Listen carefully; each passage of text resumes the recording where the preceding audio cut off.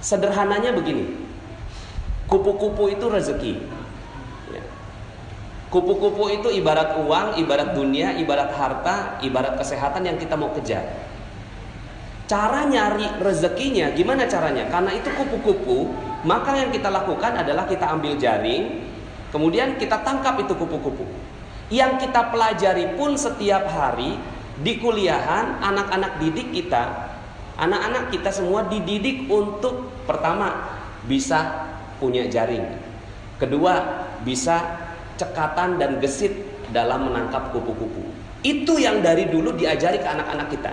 Sekarang ini model pembelajaran kita sekarang seperti itu, ngejar kupu-kupu. Kenapa? Kupu-kupu itu proyek, uang, harta, hal yang enak-enak segala macam, itu dicarinya dengan cara seperti itu. Akhirnya apa yang terjadi? Semuanya ngejar kupu-kupu. Pas ditangkap, dimasukin dalam sangkar, senang. Kemudian besoknya lebih terampil lagi. Karena udah terampil, akhirnya bukan satu jaring, dua jaring diambil, masuk 4 kupu-kupu, masuk dalam sangkar. Besoknya begitu lagi, 5 kupu-kupu masuk dalam sangkar. Besoknya lebih terampil lagi, cabang bisnisnya makin banyak, 10 jaring diambil, 100 kupu-kupu sekali ambil, masukin dalam sangkar. Sekarang pertanyaannya, setelah kekumpul 1000 kupu-kupu di dalam sangkar, 1000 kupu-kupu sudah ada di dalam sangkar. Lalu kemudian kita ingin bermain dengan satu kupu-kupu. Ingin bermain dengan satu kupu-kupu. Kita mulai buka pintu sangkarnya, lalu kemudian kita pengen bermain dengan satu kupu-kupu. Gimana perasaannya, Pak? Halo? Ini masih pada hawa sahur. Terkumpul 1000 kupu-kupu di dalam sangkar, lalu kemudian kita pengen buka pintunya. Pas dibuka pintunya, ya keluar semua. Perasaan apa yang ada pada saat itu? Perasaannya, apa perasaannya? Galau, khawatir, cemas, takut, gelisah. Itulah dunia. Itulah dunia. Kita selama ini, anak-anak kita, nak belajar yang tinggi. Buat apa, Pak? Buat supaya kamu dapat nilai tinggi. Terus, supaya kamu bisa kerja. Terus, supaya kamu bisa nikah. Terus, semuanya diajarinnya untuk apa? Untuk bisa ngambil kupu-kupu. Tapi, anak kita bingung. Bahagianya di mana? Pas mau dinikmati, kemudian dia mulai buka pintunya, kok saya nggak bahagia?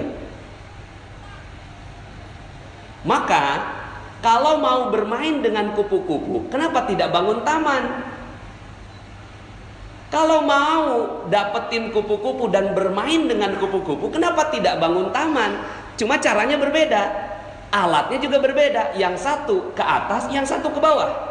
Dia mulai cangkul, pelan-pelan, masukin benih, dijagain, disiramin, dipupukin, lalu kemudian tangkainya mulai muncul, lalu kemudian daunnya muncul, bunganya muncul. Pas bunganya muncul, kebahagiaan terus berlipat. Ketika kupu-kupu itu datang, kupu-kupu udah pasti datang kalau ada bunga.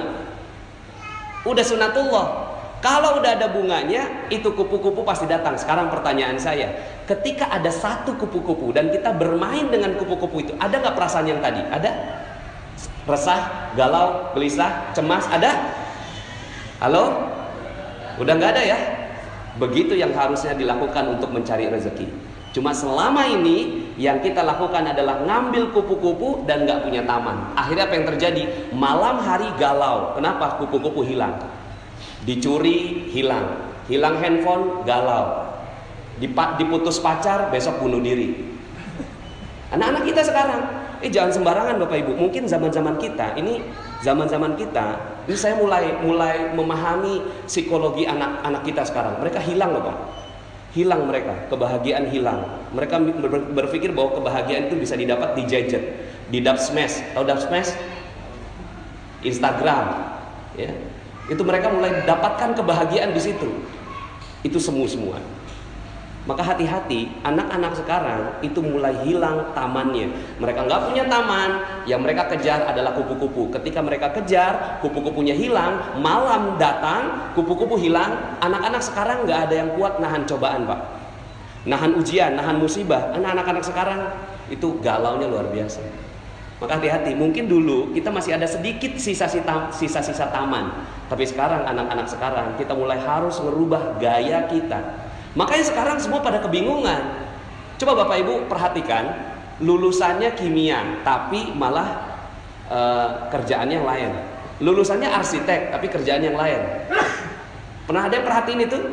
Berapa banyak orang yang kerjaannya sekolahnya A, pekerjaannya A? Sedikit sekali. Di Amerika datanya hanya 4%. Itu di Amerika yang link and match-nya bagus. Tapi di Indonesia, Masya Allah. Maka cara nyari rezeki sederhana. Gimana cara nyari rezeki? Bangun taman. Ini yang selama ini kita tinggalkan. Kita nggak punya taman. Akhirnya apa? Galau, gelisah, khawatir, cemas. Kita nggak punya taman. Yang kita cari kupu-kupu. Seneng banget tuh, ada orderan, ada project, ada harta, apa segala macam datang.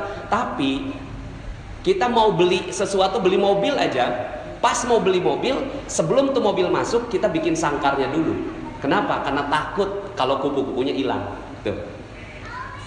Nah, terus gimana dong? Ya udah, sekarang ganti fokus.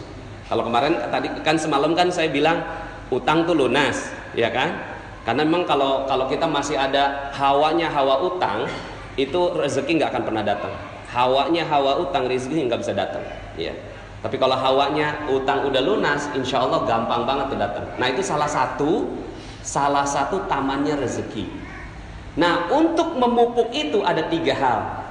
Ya, ini tadi saya dipesenin Ustadz kultum aja, bener-bener kultum, kuliah 7 menit. Ya udah, saya cuma kasih kisi-kisinya. Fokuslah pada 3 hal ini. Fokuslah pada 3 hal. Pertama, pikiran yang positif. Pikiran yang positif bahwa segala sesuatu bagus, segala sesuatu indah, husnudzon billah. Ini adalah taman yang paling indah. Taman yang paling indah adalah husnudzon billah. Husnudzon billah itu apa? Pokoknya semuanya positif dah. Masuk rumah sakit positif, ya kan? Bangkrut positif, ya. Jalanan kemarin macet apa penuh? Nah, penuh. Udah nggak ada jalanan macet di Jakarta ya. Nah, ini namanya positive thinking. Ajarin anak-anak kita ini tentang husnudzon billah. Kalau anak-anak kita berhasil mendapatkan ini, maka ini adalah sebuah kebahagiaan yang luar biasa. Yang perlu dicari ini positive thinking. Positive thinking. Yang kedua, ketenangan jiwa. Ini yang perlu dikejar. Ketenangan jiwa ini namanya positive feeling. Kalau bahasanya kan positive thinking, positive feeling. Rasa itu harus tenang, cool, damai, enak, setenang samudra. Nggak boleh ada perasaan deg-degan. Deg-degan sedikit itu langsung hilang seluruh rezeki. Jadi misalnya nih, kita punya utang, katakanlah masih punya utang ya, orang sana ya. Kalau di sini kan udah nggak ada yang punya utang ya. Orang sana masih ada utang. Terus kemudian gitu ya, ketemu sama debt kolektornya. Udah 1 bulan selalu menghindar sama debt kolektor. Pas banget saat itu dia lagi ngantri makanan di mall, pas balik debt kolektornya ada di belakang. Kira-kira bagaimana jantungnya? Ya, mau copot katanya. Deg-degan, berdebar. Berdebar adalah ciri rezeki hilang. Berdebar, jantung berdebar itu ciri bahwa kita tidak punya rezeki lagi. Tamannya hilang. Maka apa yang harus dilakukan? Yang harus dilakukan mendidik jiwa supaya tenang dalam segala kondisi. Bisa nggak kita seperti itu? Nah kalau bisa seperti itu, itulah harta kekayaan terbesar. Cuma gimana cara ngedidiknya ini? Ya, ini panjang banget ini penjelasannya. Tapi misalnya begini Pak, ya. Kejadian ada yang konsultasi sama saya, anaknya meninggal dunia. Suaminya mundurin mobil, anak umur 1 tahun dilindes. Ya, sama sang ayah. Yang lebih tragis, kakaknya ngelihat dengan mata kepala sendiri ini adiknya dilindes sama ayahnya sendiri dan sakaratul maut mati saat itu juga. Sang istri keluar lagi masak, pas ngeliat gitu kan, menggelepar-gelepar gitu, digedor-gedor pintu jendelanya, terus kemudian turun sang ayah, berempat ngeliat dengan mata kepala sendiri tuh anak meninggal dunia dengan hancur badannya. Sekarang pertanyaan saya, bisa nggak saat itu jantungnya tidak berdebar? Alhamdulillah. Itu yang harus dikejar. Kalau itu bisa, alhamdulillah nih ibu, alhamdulillah dia mau ngikut saya ajarin pelan-pelan sampai akhirnya tuh ibu mengatakan, siap Ustadz, alhamdulillah, terima kasih. Udah, selesai. Dan ternyata itu adalah kunci rezeki buat sang ibu. Lah kita berapa banyak kita melakukan kesalahan rezeki. Kita deg-degan. Tanggal 25 gaji udah mulai habis, order belum nyampe, gimana perasaannya? Ya. Terus kemudian dagangan belum laku, gimana perasaannya?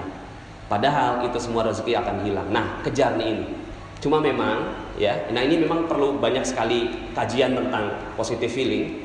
Cuma bocorannya adalah positive healing hanya bisa didapatkan dengan ibadah.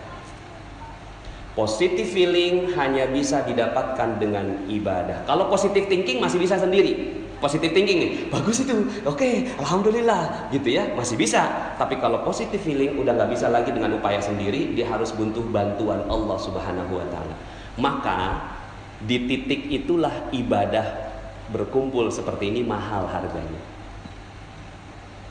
Ini kumpul begini Pak, ini mahal sekali. Kalau orang tahu betul yang namanya rezeki, oh itu dikejar yang kayak gini. Ada orang kumpulan apa? Duduk tenang, damai. Kenapa? Ada malaikat di sini. Malaikat itulah yang bikin ketenangan hati. Makanya Allah katakan, ala bidzikrillahi tatmainnul qulub. Ingatlah hanya dengan mengingat Allah maka hati bisa positive feeling. Nah. Cuma selama ini ya kita nggak kejar ini, coba sekarang kejar. Aduh, yang saya mau kejar adalah positive feeling, ketenangan jiwa. Karena itulah kekayaan sebenarnya. Kekayaan sebenarnya bukan harta, bukan mobil, bukan rumah, bukan yang lain, tapi ketenangan jiwa adalah kekayaan sebenarnya. Ya, dikatakan oleh Rasulullah SAW, laisal ghina an kasratil arad, walakinnal ghina ghinan nafs. Bukan kekayaan kamu punya banyak harta, tapi kekayaan adalah tenangnya jiwa. Di penjara seneng, ditangkap seneng, ya bahagia, semuanya tenang, cool, mau digantung aja senyum. Tuh, kalau kita mampu seperti itu, maka itulah kekayaan sebenarnya. Cuma selama ini kita nggak kejar, yang kita kejar cuma duit aja. Di mana ngejarnya? Lailatul Qadar adalah malam kemuliaan, tempat di mana Allah turunkan ketenangan jiwa. Kalau itu didapat, tenang sekali. Nah yang ketiga lebih dalam. Ini aja udah bagus, masya Allah. Positive thinking, positive feeling. Yang terakhir positive motivation. Positive motivation, motivasinya semua positif, semuanya positif. Ya, bahwa motivasinya bukan untuk mencari uang, motivasinya untuk membahagiakan orang lain. Nah ini panjang sekali kajiannya. Ya, mudah-mudahan dalam kesempatan yang lain. Ini pokoknya cirinya 3 aja. Kejar ini. Nggak penting tuh jurusan. Nggak penting tuh kuliah, nggak penting tuh sekolah, bener, nggak penting. Kalau sekolah nggak ngajarin 3 hal ini, berarti sekolah itu nggak penting. Makanya sekarang ini muncul adanya gerakan anti sekolah. Kenapa? Karena di sekolahan anak-anak berantem juga, ya. Tapi bukan berarti bahwa saya anti sekolah, tidak. Kalau di sekolahan ini mengajarkan 3 hal ini, maka sekolah itu perlu dikejar. Tapi kalau sekolahan ini nggak ada yang kayak gini, nggak ada 3 hal ini, yang diajarin cuma matematik, fisika, kimia, biologi, arsitektur, ya, kemudian astronomi, itu dia berarti ngajarin kupu-kupu. Tapi kalau dia ngajarin taman, dia ngajarin 3 hal ini, sehingga anak ada apapun dia senang, bahagia. Anak ada apapun dia tenang. Ada azan, dia langsung lari ngejar tuh azan. Kenapa? Di situ ada ketenangan jiwaku, Pak. Di situ ada ketenangan jiwaku, mah. Maka aku akan kejar itu. Kalau ada sekolah yang ngajarin kayak gini, kejar itu sekolah. Karena itulah sebenar-benarnya kekayaan. Demikian, mohon maaf atas segala kekurangan. Kita balik semuanya logika rezeki kita supaya kita betul-betul dapetin rezeki yang insya Allah barokah.